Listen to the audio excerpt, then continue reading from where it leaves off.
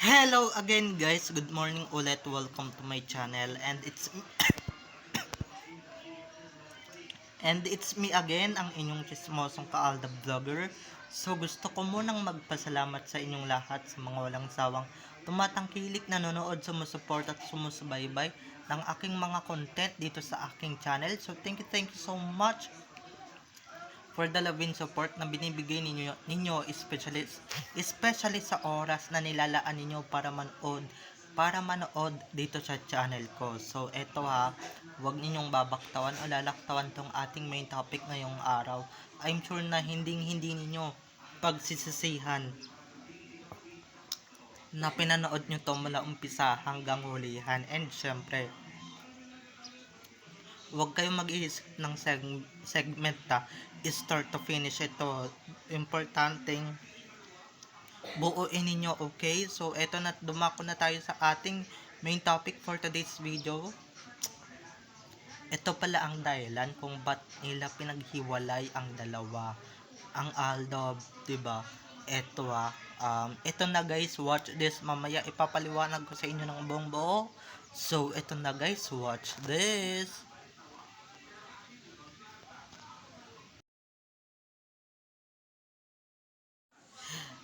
At kung nakita nyo na ngayong recap, so once again, si TTO sa mga admins.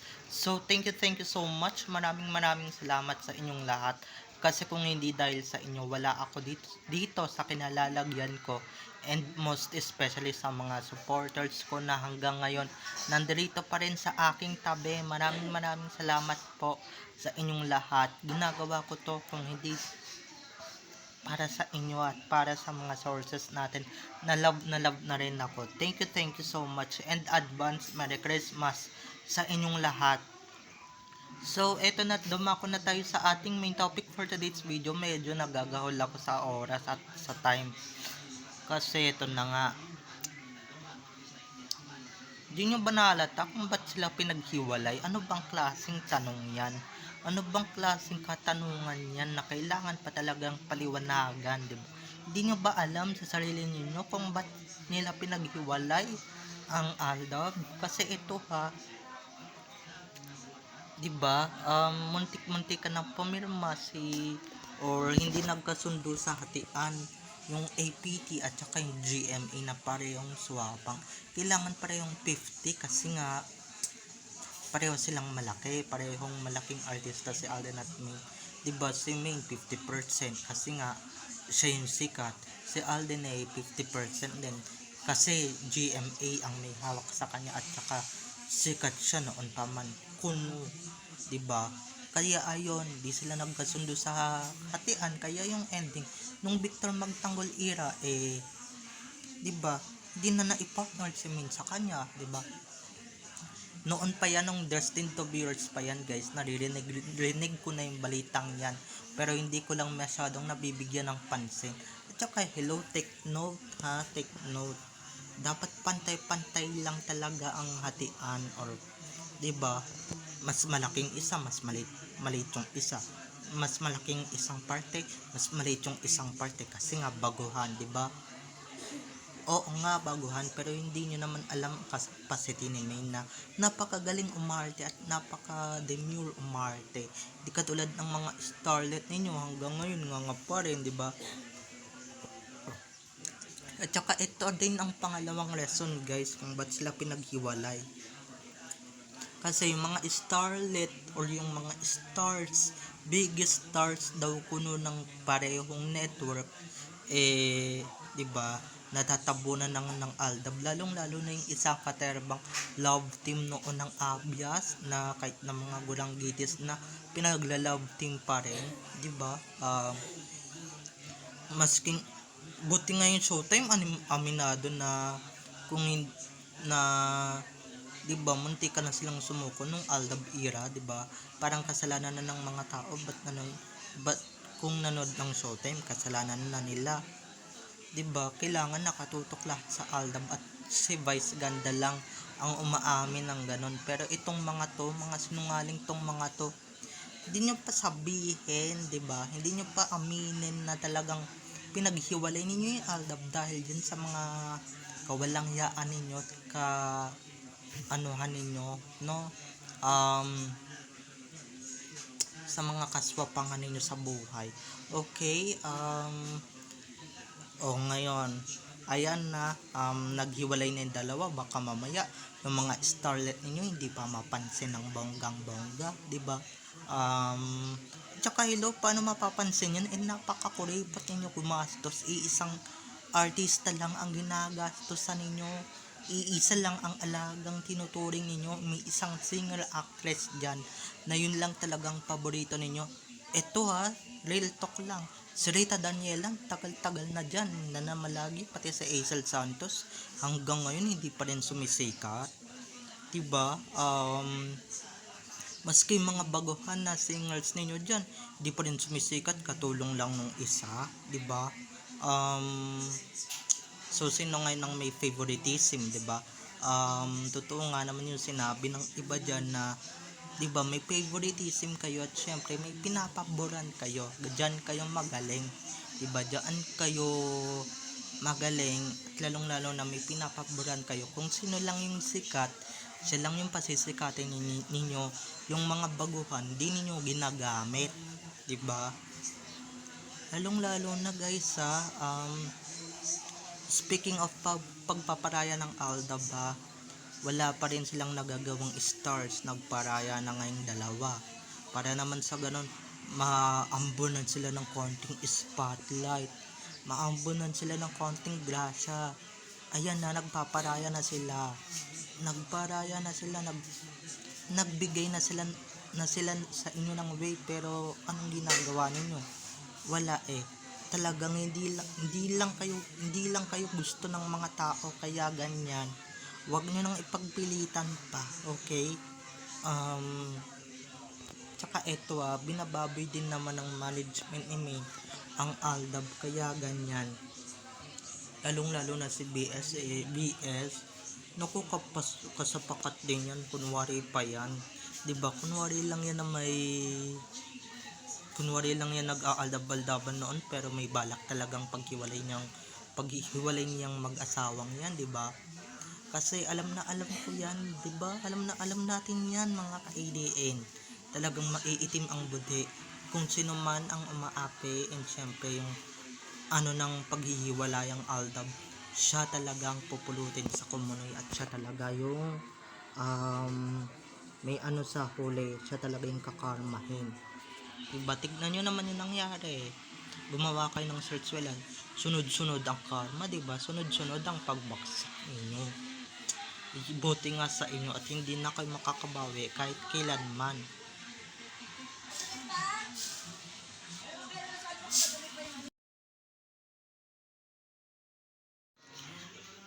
Kung sana nasunod yung hatian, yung partihan nila, 'di ba?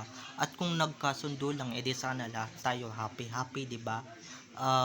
Lahat tayo masaya, 'di ba? Pero hindi parehong matataas ang apog ng dalawang management ng mag-asawa. Kaya ngayon, 'di ba?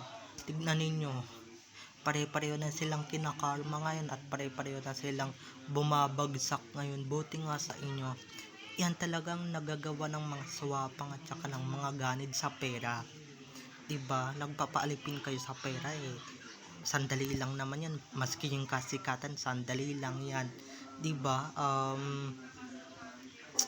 So mas lamangan talaga, yun ang totoong dahilan kung ba't nila pinaghiwalay yung dalawa at ba't nila binababoy ang Aldab at saka yung Aldab Nation, diba? Aminin na natin or hindi man natin aminin sa mga sarili natin na yun talaga ang dahilan, yun talaga ang big reason kung ba't nila pinaghiwalay ang dalawa, 'di ba? Wag nga tayong magpaka-ipokrita dito sa social media, 'di ba? Kunwari pa tayong tanga-tangaan at nagbubulag-bulagan na tatanong pa kayo, ba't pinaghiwalay yung Aldab, ba't nagkakaroon ng mga issue, totoo ba to? Totoo ba yan? Yes, totoo lahat ng nababasa ninyo noon pa man. Kung totoo kayong solid true-blooded ADN, talagang mapapansin ninyo talaga na halatang nagswasupangan yung mga network, and syempre yung mga nila, yung mga kampon nila, 'di ba? Tignan niyo yung mga pinagmamalaki ninyong artista hanggang ngayon wala pa rin commercial. Paano niyo sasabing sikat yan? Wala nga may commercial, 'di ba? Kahit anong gawin ninyo, kahit na pinaghiwalay ninyo yung album sa on cam, hindi pa rin kayo sisikat. Wala nang kaamor-amor ang tao sa inyo, lalong-lalo na sa network ninyong napakadaming issue ngayon, 'di ba? Tsaka hinahayaan ninyong maabuso yung mga talents ninyo, 'di ba? Kinukonsente ninyo yung mga bagay-bagay na hindi naman dapat, hindi ba? So nakakadiri, wala talaga kayong mga puso, 'di ba? Wala kayong mga dignidad or wala kayong dignity, 'di ba? Kunwari pa kayo nagmamalinis, kunwari pa kayo, 'di ba? Pero totoo naman pala, lumalabas na yung mga baho ninyo. So good luck na lang talaga sa inyo, ha. More karma to come dahil yan sa ginagawa ninyo sa dalawa, sa Aldab. Ngayon lang kayo sinisingil, 'di ba?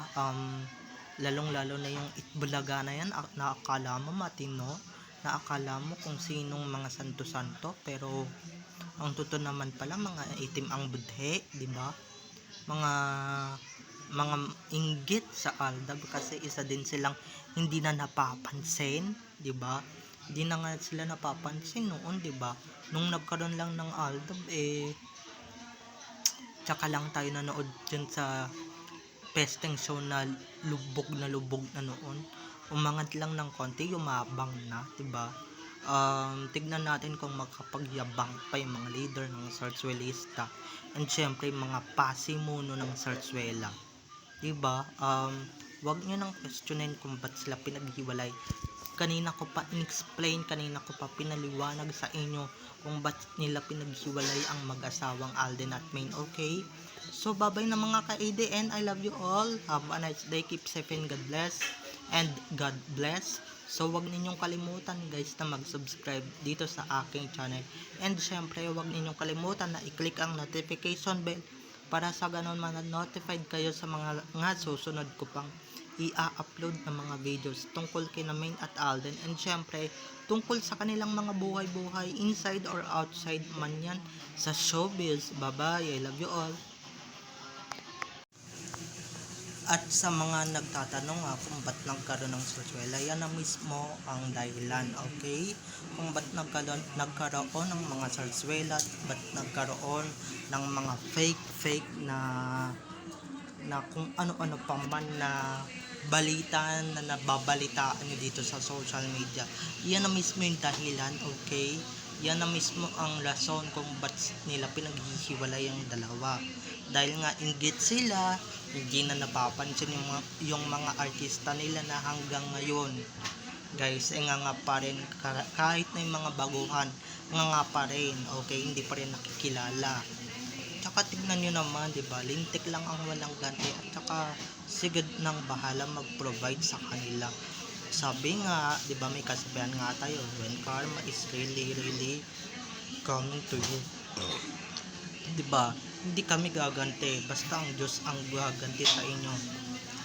Basta kami, tahimik lang kami, pinaglalaban namin ng katotohanan na pinapasinungalingan ninyo, diba, na punong-puno ng kasarsualahan ng utak ninyo at puso ninyo, diba? So, wag na kayong magtaka kung ba't nagkakaroon ng mga issue kasi gusto nila talagang wasakin ang fandom pati yung Aldab. O nagtagumpay na kayo sa Aldab, yung fandom, di kayo magtatagumpay, diba? At hindi din kayo magtatagumpay na paghiwalayin ang major sa totoong buhay dahil kasal na sila at sagrado yun, okay? Kahit na kung sino pang babae, lalaki ang ihambing ninyo, itabi ninyo, baliwala yan, diba? So bye-bye na mga ka-ADN, I love you all, enjoy watching everyone, bye-bye.